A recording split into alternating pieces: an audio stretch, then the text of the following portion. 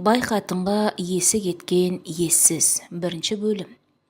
Кірік-кірік жөтелген Гүлхан түкті орамалын басына қыса тартып, шіри бастаған алмаларды ала сөмкесіне сала бастады. Тастауға қимайды. Үйдегі балаларына қабығын ашып берсе жеп қояр. Саудам жақсы болды, берекесін берсін деп ойлаған ол, бүгінгі түскен табысына жолай дүкеннен азық-түлік сатып алуды да ұмытпады. Подъезі жаңғырта жөтелген Гүлхан 5-ші қабатқа әрең көтерілді. Оның дауысы үйде ойнап отырған қос бүлдіршін Алмат пен Қадишаны да елең еткізді. Ойыншықтарын тастай салып, есікке қарай ұмтылды. «Папа, есікті аш, мамам келе жатыр. Тұрсайшы, папа», деген 6 жасар Қадиша бүктүсіп жатқан әкесін түртіп өтті. Екі қолға бір жұмыс таппай сенделген Сағи әдетінше өмірден түңіліп жатқан еді. Қызының «мамам келе жатыр» деген жарқын дауысы еріксіз орнынан тұрғызды. Балалар сияқты өзі де қуанып кеткен рас. Қайтсін, оңай дейсің бе? Еркек адамның жұмыссыз үйде жатқаны, әйелдің тірлігімен айналысып, ас үйде кебеңдеп бала қарап отыруы қай еркекке де оңай тимес анық. Ер мен әйелдің орнына ауысқан ессіз заман-ай. Осы сөзі сан рет іштей қайталай беретін ол кейінгі кезде қатты жүнжіп те кетті. Жұмыс іздеп көп сандалды, өте көп, бірақ бұйырмай тұрғаны. Гүлхан базардан шаршап қайтса да, естен күле кіруді әдетке айналдырған. Көңілі жарым күйеуінің қабағына кірбің салғысы келмейді. Бүгін де міне екі балапанын бауырына кесек-кесек қысып, дүкеннен алған тәттілерін ұсынып жатыр. Сағи шай қойып, түсте бұқтырып қойған макаронын жылытты. Етсіз, тек пияз бен томаттың өзіне қуырылған макаронның иісі мұрынды жарып барады. «Қане, папаларың бүгін қандай тамақ пісірді екен? Иісі қандай керемет», деген Гүлхан қолын жуып дастарханға жайғасты.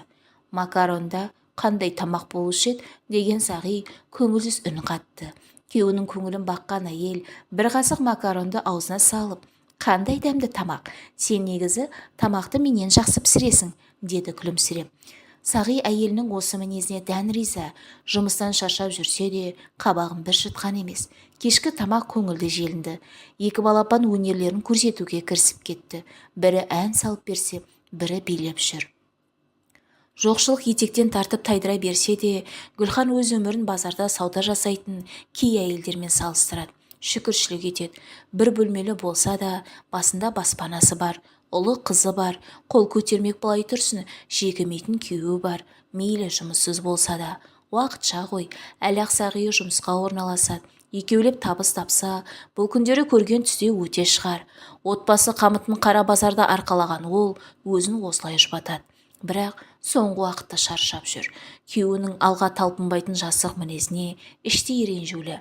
Сондықтан болар, ер алдындағы түндегі әйелдік міндетінен қашқақтайды. Ал күні бойы үйде жатып тыныққан Сағи түн жамылса қара күшіне мінеді. Түн ортасы ауғанша мұны жәукемдегісі келеді. Бүгін де міне балалар ұйықтаған соң әйелін түрте бастады. Теріс қарап, ұйықтап қалған жанның кейпіне енген Гүлхан оның қолын қалай қағып жібергенде байқамай қалды. Күйеу күрсініп, «Осы үйдің еркегі мен емес, сен болдың ғой. Сенің айтқаның заң, қаласаң мені керек етесің, қаламасаң керек етпейсің», деді. Әшейінде темекісін балконға шығып шегетін. Ал қазір ерегісті ме, бөлмені көк түтінге орап отыр. Гүлхан күйеуінің үйреншікті күңкілінен жалыққан. Жұбатқысы-ақ келеді. Не деп жұбатады? Не айтады? Түсінбейді ғой. «Түсінші мені, мен сені жақсы көремін, отағасы ретінде құрметтеймін. Бірақ мен шаршап жүрмін. Күні бойы суық күнде базарда түк тұрып сауда жасау оңай деймісің? Үйге ұйқыны аңсап келемін. Жылы көрпеме оранып, ұйқыны сағынып, сүйретіліп әрең жетемін. Сенмен махаббат ойын ойнауға менің шамам жоқ» деген сөзін талай рет айтқанда. Күйеуі түсінбейді, түсінгісі келмейді. Бұл мәселеде талай рет әңгіме жарыстырған екеуі. Үймен сырттың тірлігін қатар үлгеріп, тірлігі тап тұйнақтай болса да, күйеудің көксеген көңілін таппаса, бәрі бекер екен. Сағи үйде тамақ пісіріп, балаларға қарап отырғаны болмаса, қалған шаруаларды Гүлханның өзі реттеп жүр. Тұрмыстың арбасын қара базарда сүйреп, қажыған әйел солай ойлап жатыр. Бөлмені ораған көк түтіннен бе, бір кезде оның жеген тамақ аузына келіп, тірелгендей лоқси бастады. «Сағи, терезені аш, балконға шығып шекші темекіні», деді жай ғана. «Шығып кетші, көзіме көрінбес десейші одан да», деп күңк етті күйеу. көңілім айнып жатыр, түсінші мені, ұрыс шығармашы деген Гүлхан ары қарай сөйлей алмады. Орнынан тұрамын дегенше лоқсып ақ төсекке құсып жіберді. Мұндай жоқ еді. Не болған өзі? Гүлханның өзі қорқып кетті. Сағидың да жаны қалмай жаңағы күйінен тез арыла қойды. Не болып қалды жаным-ау, бір жерің ауырып тұр ма еді? Неге айтпадың? Деп бәйек бола бастады бірден құбылып. Бұл түнде Гүлханның ұйқысы тыныш болмады. Таң атқанша төсегін тазалап, одан қалса өз күдігімен арпалысып күрсіне берді. Күдігі алдамапты. Ол үшінші перзентіне жүкті екен. Дәрігерге барып тексерілгенде жүкті екені расталды. Бұл жаңалыққа отағасы қуанғанымен өзі селт ете қоймады. Екі баламен өздері әрең күндерін көріп жүр. Үшінші перзенті өмірге келіп, оғанда жоқшылықтың зардабын тартқызып қоймас па екен. Сағи болса жұмыссыз, бірақ күйеуі: Гүлхан, маған жөні түзу жұмыс табылғанша сенің орныңа мен шығайын базарға. Сауда жасауды білемін ғой, сен үйде отыр деді. Күйеуінің бұл сөзін қуана ұмытады, бірақ ерте қуаныпты. Сағи базарға шыққан алғашқы күні-ақ бет-аузы көгеріп келді, төбелесіпті. Жанында тұрғандармен тіл табыса алмаған, қор болған өмірім-ай, базарда какой-то біреулерден таяқ жеп, мен көрсетемін оларға дей береді. Солай кіжінген Сағи базардағы сауданы ептей алмады. Оның жұмыс күні бар жоғы 3 күнге созылды. Бұл мен жұмыс істейтін жер емес екен. Өңкей шаңқылдаған әйелдермен айтысып, олардың күйеулерінен таяқ жеп жер болдым. Иттермен бірге ит болып қапқым келмеді. Әйтпесе түгел бәрін жермен жексен етуге шамам жетеді. Ертеңнен бастап басқа жұмыс іздеймін деп лепірді. Гүлхан күйеуін осыншалықты бор кемік деп ойламапты. Көмейіне келіп тығылған көп сөздерді әрең тежеді тілін тістеп. Мен басқа жұмыс тапқанша сауданы әзірше өзің істей тұрасың-ау деп сөз соңында мыңқ-мыңқ еткен күйеуін бір жағынан қатты аяды. Мейлі, саған да бұйырып тұрған бір жұмыс бар шығар деп күрсінген ол ала сөмкесін тағы да иығына тартты. Күндер баяғысынша өтіп жатты. Сағида әрекет жоқ. Әйтеуір анда-санда жұмыс іздестіріп жатқан әйеліне білдіріп қою үшін бүгін пәленшемен хабарластым. Түгенше өзі звондайтын болды. Анау жұмыс онда екен, мынау жұмыс мұнда екен деп жалқаулығын ақтап алатын. Әйелінің көнбіс, жайлы мінезіне қанық. Ол мұны түсінеді ғой. Бірақ әйелінің өзі түсінгенімен жүктілік жағдайы түсінуге мұрша бермеді. Бір күні базардың қақ ортасында Гүлхан есінен танып қалады. Жедел жәрдем тез жетіп, оны ауруханаға жатқызды. Сіздің иммунитетіңіз өте төмен, түсік тастау қаупі төніп тұр. Ем алып күтінуіңіз керек деген дәрігерлер оны бақылауға алды. Мен үйде жатып емделе берейінші деген әйелдің сөзін дәрігер шорт кесті. Ал Сағи не істерін білмейді ал. Соншалықты дәрменсіз болар ма? Ауруханаға жету үшін тәсіге жол күрені әрең тапты. Туысынан қарсы сұрап. Дәрігер жазып берген дәрілердің тізіміне бір, реңі қуарып шарасы халде жатқан әйеліне бір қарап, басын қаси берді. Сыр білгіргісі келмейді тағы. Уайымдама, мен дәрілерді жеткіземін, өзіңді күт, сенің амандығың керек деп қояды. Сағи әйелсіз күні қараң екен шындап сезін. Үй мен аурухананың ортасында шапқылау басталды. Гүлханға күнделікті керек дәрілерін, тамағын жеткізіп тұру керек. Үйде балалары аш, үйге азық алу керек. Ол қарыз сұрап бауырларын жағалады. Туыстың туысы да Сағидың кім екенін біледі. Сенбейді ешкім. Ешкім бұған қарызға ақша бергісі келмейді. Азғана ақша ұстатып, ақылдарын үйіп төгіп шығарып салады. Сағиға келгенде бәрі ақыл айтқыш, жұмыс тауып бергіші әйтеуір. Рас, жанашыр бауырлар сүйреді мұны. Жан-жақты қолдау көрсеткен кезінде олар тауып берген жұмысты жарытып істемей, таныстардың алдында талай рет ұятқа қалдырған. Бүгінде келіншегінің ауру жатқан еңкілдеп жеткізген Сағиды үлкен ағалары әбден ұрысты. Шамасына қарамай көр намысын бұлдайтынын қайтерсің. Жасаған жақсылықтарын міндет етіп өлтіретін болдыңдар. Мені қашан осылай жүреді дейсіңдер деп сызданған ол бауыр үйінің есігін қайта ашпастай болып кетті. Тісін қайрайды, кімге қайрап жатқанын өзі де білмейді. Үйге келе жатып, ол көрші үйде тұратын Айнаны кездестіріп қалды. Айна азық-түлік сататын дүкеннің иесі, өзі жесір әйел, қыздары тұрмыста. Түтігіп келе жатқан Сағи дүкенші әйелді көріп сасқалақтап қалды. Дүкеннен де қарыз ғой, қарызды сұраса не айтамын деген оймен емене амандасты. Аласа бойлы, толық денелі, көздері ойнақшыған әйелдің өзіне жараса сүйкімі де бар. Сөйлескен адамды бірден баурап алатын қасиетке, әзілді әдемі айтады, үнемі көңілді жүреді, жақсы энергиясы сыртқа шашып, айналасын өзіне тартып тұрады. Болар болмасқа айқайлап күле беретіні де өзіне сондай жарасымды. Ол Сағидан қарызды сұрамады, ауруханада жатқан Гүлханның жағдайын сұрады да: «Бәсе, неге көрінбей қалды?» десем, «Онда ертеңге тамақ дайындап қояйын. Күнде көріп жүрген көршіміз ғой. Жағдайын сұрамасам ұятты. Ертең менің уақытым тапшы, өзім кіріп шығайын» десем, «Тамақты өзің апарып бересің де, жарай ма? Өзің немене, қатын жоққа сонша әбіржіп кеткенсің. Сәл былай басыңды көтеріп жүрсейші» деген ол сөз соңын әзілге айналдырған болып, сықылықтап күліп жіберді. Күлкісі қандай сүйкімді еді. Бірінші бөлімнің соңы. Жалғасы бар. Бай қатынға есі кеткен ессіз. Ертеңді әрең болдырған Сағи таң атысымен айнаның есігін қоңыраулатып тұрды. Бұл уақытта ол төсегінен енді тұрған, шәй халатын иығына жамылып, есіне есікке жақындады. «Мен ғой, Сағи» дегенді ескен айнаның жүрегі ерекше дүрсілдеді. Есікті ашып: «Үйге кір, отыра тұр. Менің тамағым 5 минутта дайын болады. Қазір шәйда қоя салайын» деп бәйек бола бастады. «Ерте келіп қойдым-ау, ұйқыңыздан оятып жібердім бе? Бүгін ертерек ауруханаға барайын деп едім. Кеше тамақ беріп жіберемін деген соң» деп күмілжіген Сағи ішке кірер кірмесін білмей тұр. «Жоға, ештеңе етпейді, төрге өт. Қазір таңғы шайды ішеміз. Оған дейін сорпаның еті де пісіп қалады». «Ыңғайсыз болды» деген ол қадамын санай басып төрге бөлмеге өзді. Аяғы аяғына тимей зыбылдаған айна қазанға ет салып, дастархан жасаудың қамына кірісіп кетіпті. Төргі бөлмедегі жұмсақ диванға жайғасқан Сағи бөлме ішін көзімен бір шолып өтті. Неткен әсемдік, мұнтаздай тап-таза, кең бөлмеге үйлесе кеткен жиһаздар көздің жауын алады. 4 бөлмесі де жайнап тұр. Үйдің аурасы қандай керемет еді. Босаған аттағаннан босаңси бастайсың ғой, мынадай жайлылық пен сәнді дүниенің ортасында. Дастарханға оны-мұны тасып жүрген айнаның аузы бір жабылар емес. Әр әңгіменің басын бір шалып, қонағын әңгімеге тартқысы келетіні көрініп тұр. Бас изеп қолпаштаудан ара салмаған Сағи болса, көз қырымен оның қимылдарын бағуда.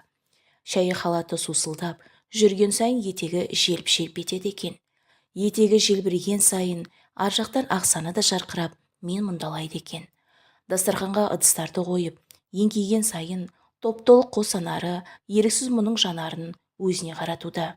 Былай қарасаң, сәл толықтығы болмаса, сөп-сүйкімді, тәбетті ашар, тәтті қылықты келіншек екен-ау. Сағидың сілекейі шұбырт.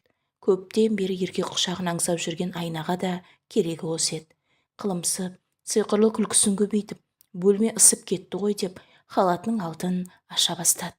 Қызыл түсті жұқа іш көйлегінің ар жағынан әппақ денесі де байқалып қалды. Ұялғансып: «Ой, кешірерсің, мен көйлегін киіп келейін» деп сызыла орнынан тұрған қылықты келіншек өзін әрең тежеп, демі жиілеп отырған қонағына сүзіле қарады. Сағи басқаға өресі жетпесе де, келіншектің өзі сүйкеніп жатқанын сезе қойды. Көйлегін ауыстыру үшін жатын бөлмеге бара жатқан оның ізіне түсті. Екеуі де ыстық құшақты сағынып қалыпты. Айна Сағиды өзгелермен салыстыруға келмейтінін ұқты. Осы кезге дейін жолыққан еркектер дәл қазіргідей тән ләззатын сыйлаған емес. Ал Сағи 7 қат көкті шарлап келгендей күй кешуде. Айнаның әппақ мамық денесі, қылымсығаны, оттай жандырған батыл әрекеттері мұны есінен адастырды. Екі мұңлық осылай төсек ләззатының тұтқынына айналды. Айтып та, жазып та жеткізе алмайтын бұл ғаламат сезім, ұят, күнә дегендерді ұмыттырды. Екеуінің жасырын кездесулері кейінгі күндері де жалғасын тауып жатты. «Жаным, анда-санда кездесіп тұрсақ жетеді. Ешкімнің көзіне түспей-ақ қоялық. Дәл қазір екеумізге де жақсы. Алдағы уақытта бұйырғанын көреміз. Мен сенің әйеліңмен ажырасқаныңды қаламаймын. Балаларың әлі кішкентай. Мен үшін отбасыңды бұзба. Басың бос болғанда ғой әттең» деп күрсінді Айна, тағы бір жастықта бастар түйіскенде. «Сен тек қана менікісің жаным, әппағым» деген Сағи өз ісіне есеп бере алмады. Жанын тыныштандырып, тәнін тояттандырып, қалтасын қампайтып қойған мынадай батпан құйрықтан ол енді өлсе де ажырамас. Күндер өтіп жатты. Айы күні жетіп, Гүлхан ұл босанды. қуанышында шек жоқ. Ұлы дүние келгелі жақсы жаңалықтар орын алуда. Солай ойлап жүр ғой аңғалбасы. Әр баланың өз несібесі бар екен. Ұлымыз дүние келгенде сен табысы жақсы жұмысқа тұрдың, деді ол күйеуіне мейірлене қарап. Ал Сағи үнсіз ғана басын изеді. Ешқандай эмоция жоқ, ойы басқа жақта. Гүлхан оны жұмыстан шаршап келді деп ойлап, асты үстіне түсіп, жағдайын жасап әлек. Бірақ Сағи әйелі дайындаған тамақтан ауызда тимеді. Мойнына асылып еркелеген балаларына да бұрылып та қарамады. Бауырына ұмтылған әйелін құшағына да алмады. Шаршап келдім, ертең жұмыс, деді салқын ғана. Дүниенің тұтқасын ұстап тұрғандай шіренетінін қайтерсің. Ол әйеліне вақтылық жұмысқа тұрғанын айтқан. Үйде көп болмауының себебі де сол. Ал оның вақтысы көрші үйдегі дүкенші Айна екенін Гүлхан қайдан білсін. Үйде балаларын қарап, күйеуінің тілеуін тілеп отыра беріпті. Бай әйелмен кездескелі Сағи өзін жанатқа тап болғандай сезініп жүр. Көршілердің көзіне түспеу үшін олар Айнаның қала сыртындағы саяжайында бірге тұруды жөн көрді. Саяжай деген аты ғана, қос қабатты әдемі үйде барлық жағдай жасалған. Аз күннің ішінде байлықтың, баршылықтың дәмін татып қалған ессіз еркек бұл әйелдің табанын сүюге дайын еді. Айна да ақымақ емес. Талай Альфонстарды асыраған кезінде ол кезекті махаббатын үйінің төрінде шалжитып жатқызып қоймады. Қала сыртына түскен жаңа мөлтек ауданға үлкен дүкеннің құрылысын бастап қойған. Сағидың құрылыстан хабары бар.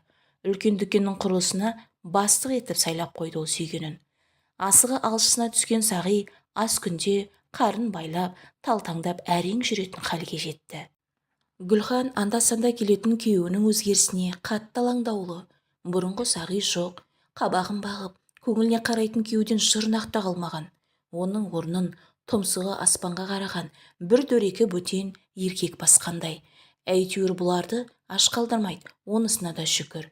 Азық-түлігін жеткізіп, керек жарағына қаражатты беріп тұрады. Күйеуі әр келгенде бүгін бір ашық сөйлесейінші деп оқталғанмен бата алмайды. Бір жағынан оның келуінен кетуі де тез. Үмітпен күдік арпалысып, Гүлханның көңілсіз күндері өтіп жатты. Сондай күндердің бірінде сыбыстар естіп, мұның құлағына жетті. Сенбеді, күйеуін жамандыққа қимады. Олай емес қоя, Сағи, айтшы, Айна екеуің мүмкін емес қоя, деді кезекті бір іс сапарынан оралған күйеуіне. Сағи ақталуды жөн көрмеді. Ол бүгін ажырасуға келген еді.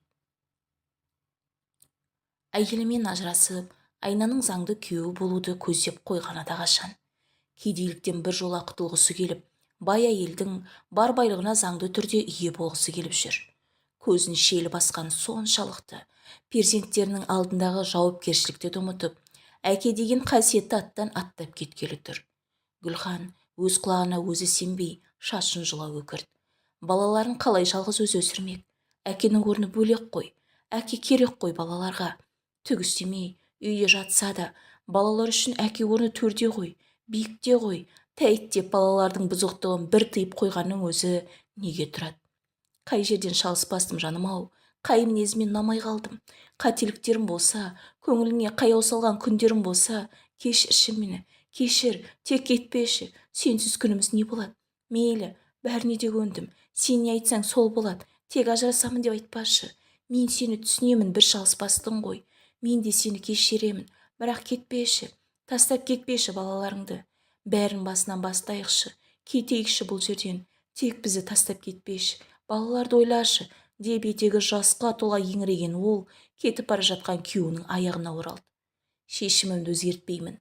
Балаларға қарасып тұрамын. Уайымдама, деген Сағи шырылдап жылаған перзенттерімен еңіреген әйеліне соңғы рет бір бұрылып қарады да есікті тарс жауып кете барды. Подъезд сорлананың ащы зарымен жаңғырып кетті. Азан-қазанға екі өкпесін қолына ала, көрші пәтердегі апай да жүгіріп келіпті. Ол кетіп барады. Ол бізді тастап кетіп барады, деген күйде талықсып құлады. Гүлхан күйеуі кеткен соң тірілік айналғандай құр сүлдері қалды. Әйтеуір балаларына тамақты әрең береді де, үйдің бір бұрышында бүк түсіп жатқаны. Ойына неше түрлі ойлар келеді. Әртүрлі ой тармасып, жан-жаққа сүйрейді. Не ойласа да, қара түнекке тап болған санасын емдей алмады. Ол әлсіздік таныта бастады. Мойнына жегілген ауыртпалықты көтере алмай, мортысына жаздады. Ерте тұрған Гүлхан балаларын шомылдырып, тамақтандырып, кезек-кезек бауырына қысып, еңіреп жылап алды. Көш апайын шақырып, мен дүкеннен келгенше қарай тұрыңызшы, деп балаларын тапсырып, өзі ауылына бағыт алды. Ауылына барар бағытта өзен бар. Сол өзенге жетіп алса болғаны, барлық мәселе шешіледі, жаны жай табады, мынау әділетсіз өмірден құтылады. Солай ойлаған ол өзенге де тез жетіп, енді міне көпір үстінде тұр. Жүрек соғуы жиілеп, аяқ-қолы дірілдей бастады. Мынау көпірден секірсе, қайғысы жоқ әлемге тап болатындай асық сөзі. Бас айналып, теңселе бастады бір кезде. Жүрегі айныды. Бір тылсым күш мұны артқа itергендей, тұрған жерінде шалқалай отыра кетті. Іші бүлк-бүлк етеді. Ол ішін ұстады. Өзі азып, құр сүлдері қалса да, іші домаланып қалыпты ғой. Бүлк-бүлк теуіп жатыр іштегі тіршілік иесі. Қалайша сонда? Мүмкін емес. Жүктілік пе? Ана жүрегі сезді. Бұл қараңғы дүниеге ұмтылып жатса, іштегі сәбиі жарық дүниенің есігін ұрғылайды. Гүлханның үстіне біреу бір шелек мұздай суды төңкере салғандай селк етті. Айналасына қарады. Өзінің қай жерде отырғанын енді түсінгендей көпір жиегінен шегіне берді. Гүлхан үйіне құстай ұшып келеді. Балапандарым менің, қалай ғана сендерді қиып тастап кетпекші болдым. Ақымақ басым-ау, сендерден артық маған кім керек? Сендерден артық қызық болушы ме еді мынау өмірде? Кішкентай ғана балапандарым, мен сендер үшін өмір сүремін. Өмірімнің мәні сендерсіңдер. Аллам, мені кешіре көр. Балаларымды ана құшағынан айырмақ болғаным үшін, құрсағымда перзентімді өзімен бірге алып кетпек болған өзімшілдігім үшін кешіре көр мен, Аллам. Кешіре көр. Міне бара жатырмын, тәттілерім-ау. Сендерді кімге сен тастап кетпек болдым? Үрпиген түрлеріңнен айналдым. Қара басымның қайғысын езіп, сендерді қинап қойдым-ау. Жәндерім, алтындарым, мен енді ешқашан көз жас төкпеймін. Бізді енді ешкім жылата алмайды. Сендерге бақытты балалық шақ сыйлауға ант беремін. Әке орнына әке, ана орнына ана болып, сендерді ешкімнен кем қалдырмай өсіруге ант беремін. Сендер үшін мықты болуға, сендер үшін тіпті мынау тауды төңкеруге күш табуға ант беремін деп күбірлеп бара жатқан Гүлханның орамалын жел-жел білдетіп қоштап бара жатқандай. Әңгіменің соңы бірнеше жыл алдын болған оқиға ізімен жазылған. Кейінгі өмірінен хабарым жоқ. Алыстап кетпеңіздер, бірер күнде жаңа әңгіме бастаймыз.